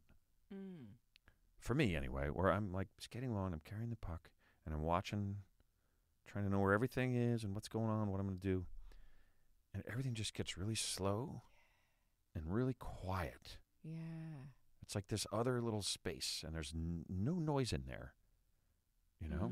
It's great. Oh, it's such a great little It's like a hole in time or something. It's awesome. Yeah. I really love that about it. That's amazing. That's what I love about the book I've been reading that I've been telling you about. It's called Mind, Body, Sport.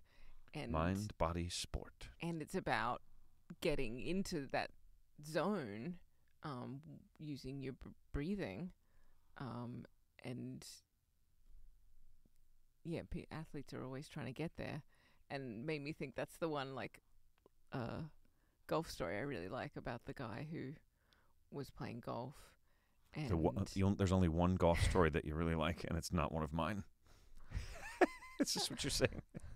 Sorry, go ahead. I like the one of Dad's. Yeah, I'm involved in that one. Dom's ankles. Yeah, or I'm laying on the ground holding a man's feet. Sorry, go ahead, babe.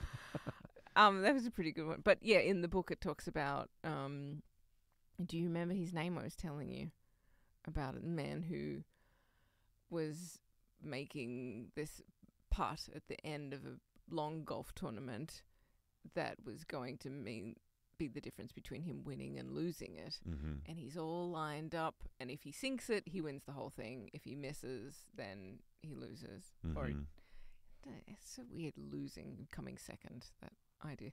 Second place is first loser. If he doesn't sink it, he's not coming in first. Right. So he's focused on it, and right as he, like, in his backswing, as he pulls back, a train comes by. There's a somehow a train line right by the golf course, and comes by and blows its whistle, like, right at that moment, and the whole crowd gasps. I think it was like back in like 1938 or something. It was a long time ago. Right. And he swung forward, and he got the ball he made it in the hole. Yeah, he made the putt. He sank the putt. Yep. And then he was being and won the tournament. Yeah. And then he was being interviewed after, and they asked him, what went through your head when the train rode by and blew its whistle right when you were, like, putting? And he said, and he looked up in surprise and said, "What train?" Right, he didn't even know. He didn't hear it. He didn't know. That is mind-blowing stuff, babe. So cool. He just had to be deep in the zone. Right? Everybody else was... Yeah. Imagined he would have been distracted by it. Yeah. But he just wasn't. Yeah, he was so far in there. So, yeah, I'm reading about and learning about how to use your breath to improve your health and to get yourself into that zone. So it's really cool. So cool. It was inspirational really, really to me. Because the top of your backswing, like if you're taking a full golf swing, you're kind of like open. Like you're trying to just... Remember people would say, how do you do cash cab? And I would say it's kind of like swinging a golf club. You got a zillion things you got to do right, so you can't think about any one of them. You have to kind of pre-program them all in and then let them all happen, right? Yeah. So to allow that, you kind of have to have this state of relative openness of your mind when you're doing it. And so that makes you vulnerable, like right at that moment. Like if somebody goes, "Hey," right when you're about, it could totally pull you out. Right. This breathing technique apparently can help you not be pulled out by such things. Because if it happens a couple times, it's the kind of thing where it just gets worse. Like you're expecting it. The third time, you're waiting for, the person you're playing with to like zip their bag because they did it twice, or it's like waiting for the other shoe to drop. Are you with me? I feel like you're just not really following me at all. Oh, trying to help you deal with sitting next to me while we do a show. I'm thinking about it, and you're like, that sensation? You know what? I remember that breathing. That'll get me out of this. No, I didn't mean to. I'm sorry. I'm like, babe, you're just blank. I get too much into things. I'm noticing these days when I like watch a movie or a TV show, I'm like, what must that have felt like for that person? And I'm putting myself there, and I do the same. It's not great when, maybe it's why we're actors, or it's because we're actors we do that, but it's not that great for your mental health when they're in anguish. Or maybe it is. I don't know. Maybe it's cathartic. I put myself into a situation so deeply that I'm like, dude, you got to remember that you're driving a car right now. Right. And there's contestants in the back. No. That was a cash cab joke. Are you still working on your breathing? I didn't go with you there. I'm sorry. That's all right. I will be like thinking about something that I want to do at home in such detail that I'm like, all right, you stop thinking about that and focus on what you're doing. I'll be like driving into the city. Oh, right, yeah. I put myself in the situation, though. This is what I want to do when I'm working on Right. this. You know, it's like, hold on, you can't go that far in. Yeah. And that is acting, totally. You know, Yeah. it's like, you know, you're doing well at getting into the role when you can't remember the lines. Because you can remember the lines. The character doesn't know the lines. It's the worst thing I hate it. about It just makes you it's so bad. Like you work and you work and you work and you work on the lines. And now you're like, I and am this you guy. Work, and then you work at getting into the into the character and becoming them, and then the lines just go whip. Where are they? Like, well, yeah, he doesn't have them in his head. No. Or she doesn't. And They're just saying what they would say. They're not. Operating from a different part It's of your brain, so and the weird. lines Oh, are that's such a stored in weird little another spot. section. It's like, and then you feel like a buffoon, and you look like somebody who didn't learn their bloody lines and didn't show up to work prepared. Right, yeah, all that stuff is in your head, because other people that are there would know that, too. Would, you know. It's surprising, though, how often directors and people who work on, I mean, you know, they're not always working with actors that are that into it, one, and two, Right. they're not always like that knowledgeable about how to be an actor. How to be an actor. And work as one. Yeah. Had some interesting experiences with directors who Me too. Yeah. Took one class and on how to be a director. The 1 minute expert. Yeah. Yeah, that's not fun. The last time I acted, I had the director was like, we're on the set and we're sitting there. Everybody's there. We're about to shoot. Maybe we did a take or two already, and he just comes over and he's just whispering in my ear. Everyone in the whole room is just watching us, and he's just whispering for like 2 minutes. And I'm like trying really hard to like hear what he's saying and remember it and process it, but it's just such a weird moment to be sitting there with him just whispering in my ear for that long. It's very intimate. Yeah. Whispering in someone's ear. I'm like, wow, this is so weird. I'm trying to listen. Yeah, it ended up working. The next take we maybe he was just trying to like plant me in the room or something. I don't know what he was doing, but trying to put me at ease. I don't know. But yeah, you never know. Everybody has different ideas about that stuff, I guess. Yeah. And there's no two sets are the same, and no two stages are right, and no two shows are run or produced the same way. So they have like different things that they do. Yeah. Sort of just on a day-to-day, like things are run differently. And when maybe you sit together with the people you're about to do the scene with, and you guys talk about it, and you change everything, and maybe you don't. That's the hard. And if you're a day player, you're like, I don't know what these things are here, and I don't want to like step on anything or mess anything up. Yeah. And it means a lot to you because it's your dream. So there's a lot of pressure, and there's a lot of it's tough. It really is tough. Yeah, I think that's the hard thing about like studying acting as it doesn't have to be as a young person. I study with some people who are older as well too. But I'm one of those people. One of those people who were older. But you get told like this is how it goes and this is what you do, and you get to a set and the director you're with or they have a different way of doing things. Yeah, and you're like, oh my God, I learned this is. Like, sometimes that stuff really doesn't help you. And it's not like there's someone there to tell you about how they do things there. Yeah. You just have to feel your way. Yeah. And they're all just like, oh, yeah, that was Blue Bloods I was just talking about. And it was great. They were like, it was unique and it was great. Yeah. But they will talk the scene through ahead of time and rework it and do what needs to be done. And that's fantastic. It is, but it's weird as a day player because you're like, am I supposed to chime in on this or am I supposed to?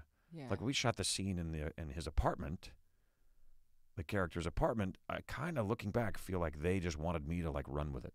Yeah. Do what you want to do. Put yourself where you want to be, and Yeah. It's hard to like do that in that situation. Yes. And if no one tells you, if they were like, Yeah. take this and make it your own, then I'd Yeah. be like, all right. And so often in television, there's like no freedom. Yeah, and some sets, I imagine if you started to kind of do that, they'd be like, who does this guy think he is? Yeah. This is what you're supposed to do. Say the lines we gave you, and then shut up. hit your mark, say your line. Yeah. Yeah. And to me, that's the whole game. Once you're in there, it's like, hit your mark, deliver your lines, and then, because nobody just wants to wait around for you. Yeah. So fun. It's funny. High pressure and crazy, but so fun. I mean, Yes. that's when I feel the most alive. Yeah. It's when I'm doing that or doing stand-up, which reminds me, it's time for a basement riff. Nice.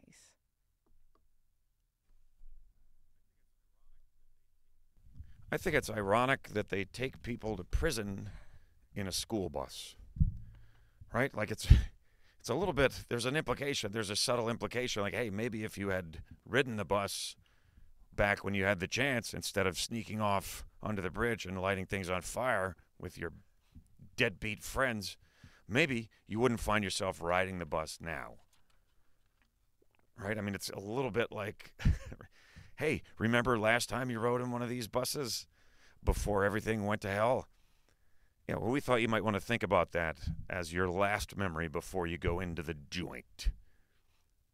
Yeah, I think it's a little bit messed up that they take you to prison in a school bus. I think it makes more sense that they take you to school in a prison bus. So it's an easy fix. We just have to rename the buses. And hell, if you live in a small enough town, it's all the same bus anyway, right? They only have one bus. So everybody's in there together, Future inmates, school children. What are you in for, kid? I'm in the 4th grade. How about you? I killed the mailman. Oh. Well, I guess I won't be seeing you on the way home. No, you won't. But don't be sad, kid. It's all right. We can keep in touch. We could be what do you call it? Pen pals. No, we can't be pen pals. Well, why not? Because you killed the mailman. That got weird. I think I made my point though. Prison bus, school bus should not be the same bus. I always think of the scene in Ferris Bueller when I hear anything about a school bus. That's how much that stuck with me at the very end of the movie. But yeah, I think that was inspired by a scene in a movie where they're going to prison and they're in like a school bus. And I just thought, wouldn't it feel weird if you were being hauled away to prison and you were back on this bus that was so familiar, the vinyl of the bench seats and from when you were a kid going to school, you just be like, oh my God, this is awful. Remember that? When I had everything ahead of me. Oh, is that what you felt like when you were at school? No, but you would. But you would. Looking back, you'd think. You'd have some memory would come back to then, you. But I'd remember being on the bus to a sporting event and one of the cheerleaders sat on my lap. I was like, oh my God, this is amazing. But now you're going to prison. Damn, why are you reminding me of school? I think you see my point. So, who was this cheerleader? I don't remember her name, babe. She was unimportant. No, just trying to think of moments on a bus that you would be like these bittersweet memories because now you're on a bus and on the same kind of bus. Same kind of bus. But it's taking you to prison. It's taking you to prison, not to school. A lot of people be like, it feels the same. School's prison. But anyway, trip to the local club, which is the virtual club in the basement. Mm-hmm. Do you have another news item? I do. You want another news Yeah, let's do another news item. Why not? We're an hour and a half in. Let's do one more news item. Okay. It's weird. It's wild. It's wacky. It's not really Wednesday. It's... should change that to Sunday. It's weekly. It's worldly. It's Emma's Weird, Wild, Wacky Wednesday Weekly World News again. Woohoos. News woohoos. It's weird. It's wild. It's wacky. It's Sunday. All right. Wait, what? We can say woohoo because You can say mahalo. What was that when we were in Hawaii? What was that from? what? It was like on a video that we kept hearing when we were in Hawaii. Maybe it was at the hotel. Oh yeah, maybe You can say mahalo to, like, we just heard it like 100 times. I don't know why that's in my head. Oh, I didn't remember it. All right, so That's funny. To the restaurant and lounge. Okay, so we can say woohoo because a UFO expert prevented a mass UFO invasion. a mass UFO invasion. That would have sparked huge panic. Thus reads the headline. Huh. Not entirely accurate. Okay. USO researcher Nigel Watson says that he came across an international conspiracy for... I think you're making that face at this photo of him. Yeah, now I have it on the big screen. There you go, everybody. What's this guy's name? His name Mr. Twiggins? is Nigel Watson. Nigel Watson. He's written several books about aliens. All right. And what's that in the sky behind him? and is an expert on the subject, apparently. Sure. So he came across this a prank online that all these people on these drone forums, all these drone pilots were getting together and planning a prank for April Fool's Day. Oh. Which they then said... The drone pilots were going to... What was their plan? They were going to use their drones and cover them with things so they didn't look like drones but looked like UFOs. Right. So they were going to be like dressed up drones to Right. look like UFOs, and they were going to all fly at the same time around the world, like together. All over the world. Yeah. They weren't going to fly around the world. Sorry, yes. That's some serious remote power. So this was... So everyone all over the planet at the same time was going to put their drones up this is in disguise. People from the UK, France, South Africa, USA, and the Netherlands were all in on it. Wow. These groups. Okay.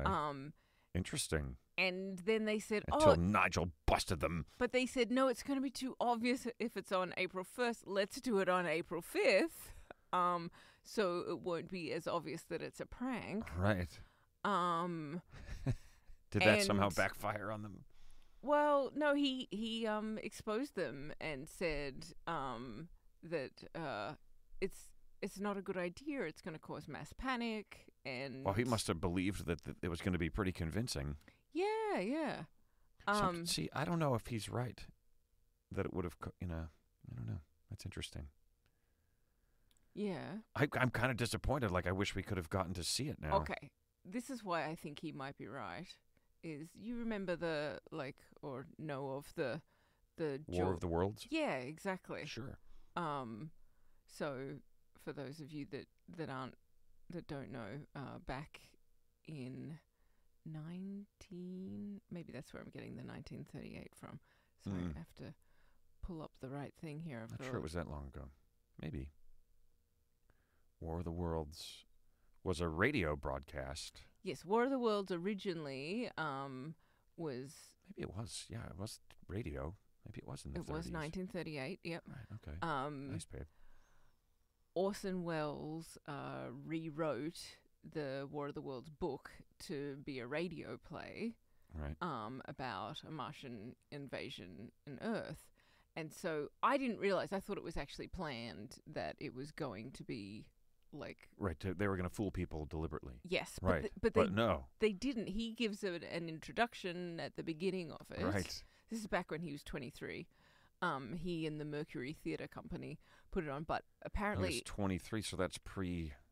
Yes. Citizen Kane. Pre-Citizen Kane. He was 25 with Citizen Kane. And he'd been doing a lot of radio apparently up to this point, even though he was so young. But wow. at that time, it was the golden era of radio, and there was a very popular show on another station, and the majority of the Americans that would have been listening to the radio at the time would have been tuned into that one. And it was a ventriloquist, which is really strange. Oh, it was huge then.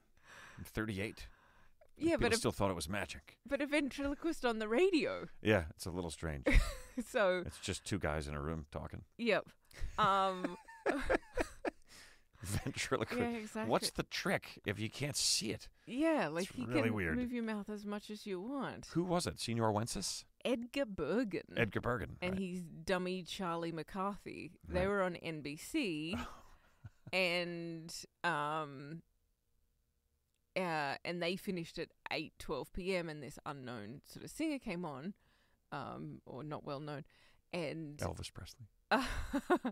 and then so then a lot of people changed the station, and they went over to the radio play station. And caught it after and the it was intro. underway because it started at 8. Right. So they missed the explanation. Yeah, they all missed switched the over and just heard. And in the play, there's news reporters reporting storylines of, saying that this place is being invaded, the Hotel Plaza, Park Plaza in downtown New York, and Wow. and there's music being played in between. I'm not sure why. It was just all part of the the radio play. That's really funny. And people really thought that. That it was happening. They were hearing like a news report about it. Yeah. And it caused major panic. And it caused major panic. Yeah. So anyway, I think that this expert, Nigel, did the right thing in exposing it, because I think, between like social media and everything, that stuff would have gotten shared. It could happen again. Yeah. Really Social media quickly. is kind of a spot there where that could happen. Yeah. A mechanism for that sort of stuff. Yeah. Yeah, and they'd be like, hang on, I'm seeing it here, I'm seeing it there. People. But I always thought that one thing that had the potential to bring the people of Earth together was an alien invasion. Yeah. So maybe if for a minute we thought it was happening, we might be like, you know what? Compared to these aliens that are coming, these other Earthlings that I have to share the planet with are not so bad. Let's work together. I would love. I don't want to test it out. I think we've just been through a pandemic that didn't exactly unite us all. Did not exactly bring us together, although it did in some ways. It did. It did in a lot of ways, which is awesome. But yeah. So it's pretty fun. Way to go, Nigel. Yeah. They must have been so bummed. The nerds and the amount of time they put in. Yes. Yeah. So anyway, And then Nigel's like, no, sorry. I'm an expert and you're full of shit. Shut it down. So Nigel has had one UFO experience himself. Oh, yeah. I thought that was interesting. I think it was an egg that someone threw at your house. You party pooper. Just kidding. He went. I'm telling you, there is a little thing in the sky behind him in this picture, and I don't know what it could be. Are you serious? Yeah. Oh, I thought you were looking at the clouds. No. No, look, there's an unidentified flying object in the air behind him. Oh, that's crazy. He totally did that. He put that in there. And look, there's the Loch Ness Monster. Just kidding.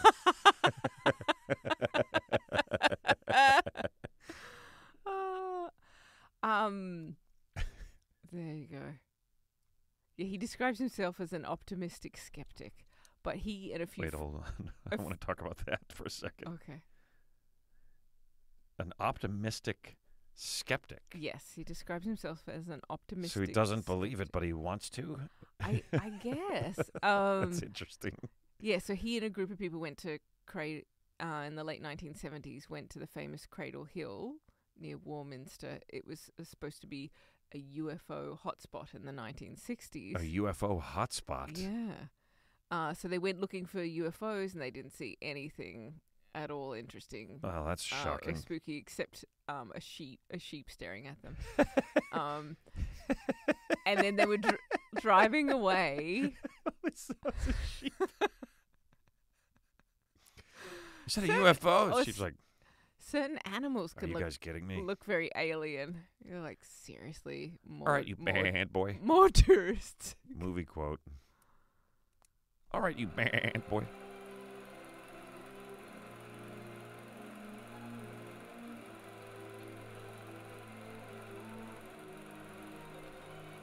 Sorry to throw that in there, babe. No, you were right. it's fine. I shouldn't have worried. They started flowing. Yeah, so anyway, they were leaving. They were driving away. They're giving up. There's nothing out here but sheep. And they pulled up on the side of the road because they saw a UFO. In the distance, a couple of other cars stopped, and It's they funny. were The term UFO is a funny term, right? Because it just means you don't know what it is. Yes. So they're driving away, and they saw An unidentified flying object. Right. And they pulled up. A couple of other cars it was pulled a up. paperclip. And he Hit me said, right in the cheek. to watch a group of lights slowly flying towards them. It just looked like a scene from Close Encounters of the Third Kind. After a few minutes, much to our disappointment mixed with relief, we heard the sound of engines and saw that the object was an airship with lights attached to it. An airship? You mean a plane? I don't An airplane? know. I was wondering if airship? you would know what that meant. I meant these guys are nutso. Go home. An airship? He's like, it's just an old airship, you know. I guess they mean a plane. Yeah, it could mean a UFO, couldn't it? An UFO. Could be an UFO for all we knew. Exactly. And he says if it had not got closer, they would have been convinced. He would have been convinced that what they'd seen was a flying saucer. Right. So it's pretty. It's interesting. You know what? Like we have another picture. Is that the same guy? Yes, that's him. Just another picture of him holding one of his books. Yes, and I think I like this one because he's kind of looking at us like, I'm full of shit, right? Sorry, Nigel. I like the book, though. The UFO Investigations Manual. There you go. I have that upstairs. It's right next to Tobin's Spirit Guide. What's Tobin's Spirit Guide? It's another movie quote, but I'm not going to do it. It's from It's from Ghostbusters. A flowing. What a crazy, interesting story. Yeah. Is there more? Did I have a? No, I think that's pretty much it. It's just, yeah. He said there has been some like social experiments where they've staged these things to see people's reactions and stuff. So he knows a bit about it, that's interesting. Yeah. Well, they do this just to see what people will do. Yes. They make drones look like flying saucers. Yeah, I think it was with drones. Or something hopefully a little bit more elaborate than a flying saucer. Yeah, but it's so funny. You know what? When we moved here, and there's a little local airport not too far from us. There certainly is. Or when I moved in with you. That means all of the flying objects around here are identified. I was like, I'd never heard a plane sound the way that. Right, we call it the rocket ship. Yeah, so I was like, okay. Somebody's got a serious jet down there. It's a private, it's all private stuff out of there. So yeah, somebody's got a pretty amazingly powerful jet down there. And it's only ever hearing it at night. Right. Yeah, and it really sounds. I'm like, okay. That is how a spaceship would sound like, I've been to people's places. I was actually just in the other room blow drying my hair. It only took that long. All right, we need to get to the holidays because we're already. Oh, yeah. This is going to be a 2-hour show almost. Oh, goodness me. Oh, goodness. Yes, goodness. Goodness gracious me. Today, like every other day on the Gregorian calendar. Nice. Is undoubtedly several different holidays, and we like to celebrate those with a segment we call Sunday, Sunday, Sunday. Who knows what weird, wacky holidays... Oh, that's too much like the news. Who knows what ridiculous holidays today will be? Not me, but Emma knows, and she's about to tell me, and we're going to celebrate them. Boom! Oh, yeah. Oh, rock yeah, out. rock out. All right. So, first of all, we have National Big Wind Day. National Big Wind Day, huh? Yes. I had to grab that one. This day National Big Wind. Yes. Okay. I mean, insert fart jokes here. Mm-hmm. This day commemorates the recording of the highest natural wind gust measured on Earth's surface. Wow. It was on the afternoon in 1934. 1934. That 4 years before the invasion. Right. That winds were recorded blowing at 231 miles per hour. Holy moly. By the Mount Washington Observatory. Right. That's a major wind. Right. 230, he said? 231. 231 miles an hour. That will just take you right off your feet and blow you away. That's insane. Yeah. That's when you're out in the park.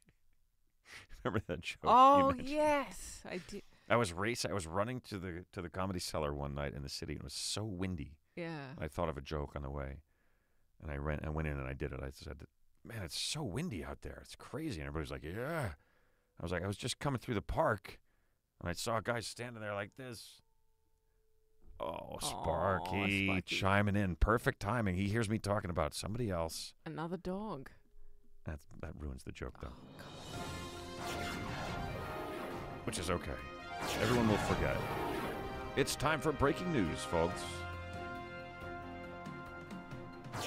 This news is just coming to us now. We interrupt tonight's program to bring you the following breaking news. Sparky's howling.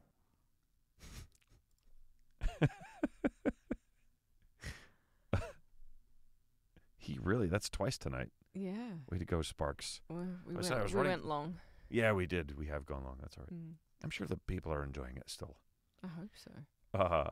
I said I was coming through the park on the way here, and I saw a guy standing there like this. And I was like, "Great day to fly a kite, huh?" And he was like, "Kite? That's my dog." Which is still fun, even though I was like, "Don't tie it into Sparky, no." Well, I almost did it too. Anyway, all right, so big wind day, the strongest winds ever recorded on Earth on this day in 1934. What else have we got? Yep. Did you know that the first known wind turbine, have a guess when the first wind turbine was built to create electricity? Oh, geez. To create electricity? Yeah. Oh, I have no idea. 1888. Oh. Isn't that crazy? It's very early. Yeah. It's amazing. It's so impressive. It's really very cool. And the first wind power plant. The second one, 100 years later. Well, the first wind power plant was 1897, so they've been around for a while. That's really cool. You should have been using them this whole time. Yeah, and I had to look it up because when I was in Denmark, they all said, told me much higher number. But I was like, I wonder what they're up to now for how much of the country runs on wind power. On wind power. And it's as of 2019, it was up to 47%. Wow, that's pretty huge. Which is impressive, I think. It just keeps going up and up. I feel like it's like the electric car. If it hadn't gotten scrapped or set aside like it did, we'd be in much better shape. But hopefully we can still get there. All right, so we've got big wind. Yep. And we've got one for you, National Scrabble Day. Ooh, Scrabble Day. Yeah. I do like a good game of Scrabble or 10. I'm playing at least 10 games of Scrabble on Scrabble Go at a time. You know what? I think... And I'm not going to lie to you guys, I'm kicking everybody's ass. I think Scrabble Go should take you up on that, on this. And I saw they were advertising a while back when I got into it during the pandemic, and then you... Oh, you mean have me as like a guest celebrity? You could play against me? That they had a thing where people could play... They were advertising it. You could play against Kevin. Yeah. Kevin Hart. Yes. And I actually challenged him, and the first word he put in, I was like, "That's not Kevin." I know Kevin. That's not Kevin. He didn't put that word in there. No, but it wasn't the word that gave it away. Right. It was that it was a bot because it just put a word in immediately every time, Which, of course, he couldn't play Scrabble against 10,000 people at the same time. No, exactly. Or however many it is. But you're playing 10 Scrabble games at a time. I am, generally. You really are. People really genuinely could play against you. At first, I think I won over 200 games in a row, but I didn't know anything. I don't know anything about who you're playing. I could have been playing against, grade school kids. I don't know who they are. I mean, they'd be pretty good for grade school kids, but all right, cool. So it's National Scrabble Day? Yep. Fantastic. Yeah. Celebration of words and letters and board games. Aw. Excellent. And we have one more, I'm assuming. An iconic one.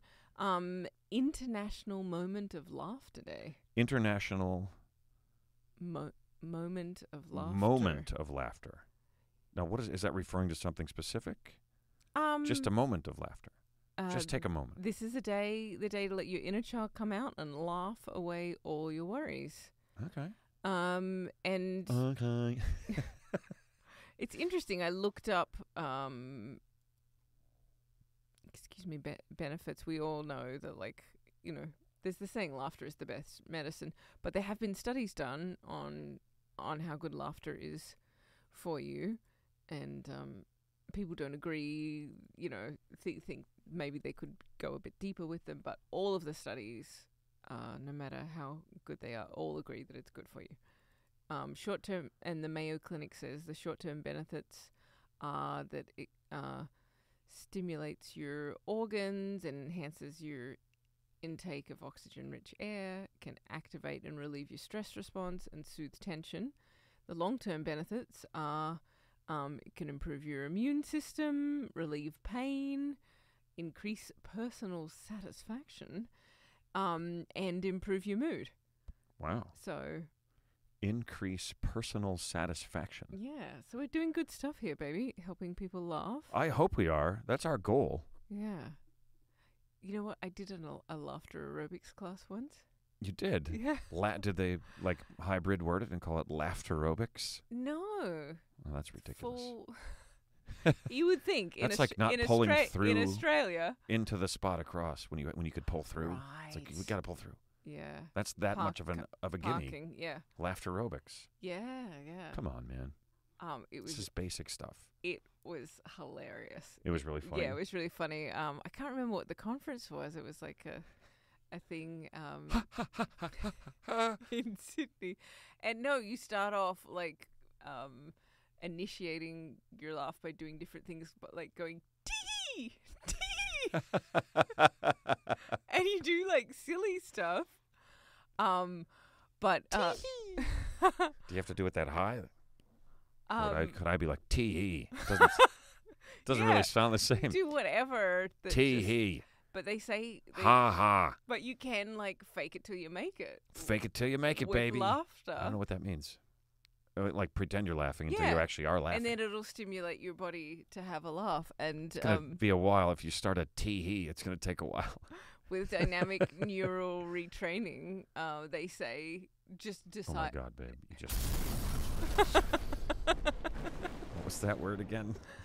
That term again? 3 words. Dynamic neural retraining. To retrain your brain is part of what I've been doing for retraining my brain to get past the migraines and it's similar to neural pathway stuff, right? Yes. Yeah. Interesting. Very cool and very impressive. But I'm still learning about it. But yeah, really interesting stuff. But they use laughter, and they say just decide to laugh. You start off doing that, and I did. It was really funny. I did a little along with a woman on YouTube on this video, and I was like, you guys were laughing, making yourselves laughing together. Yeah, well, she was recorded. She was pre-recorded, and I was, just like this program. Yeah, and it really made me laugh, and That's awesome. It was fun, and I felt really good after it. It's supposed to be really good for your brain. All right, so we've got International Moment of Laughter Day. Yep. National Scrabble Day and National Big Wind Day. All right, folks, that means it's time for Sunday.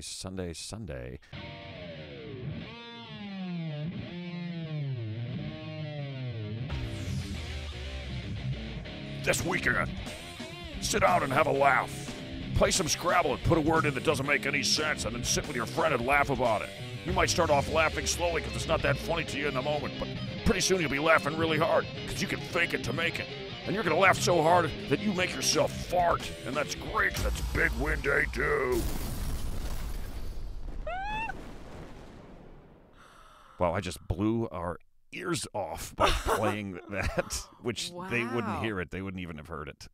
Oh, my goodness. Oh, my goodness. You guys, thank you so much. This has been episode number 12.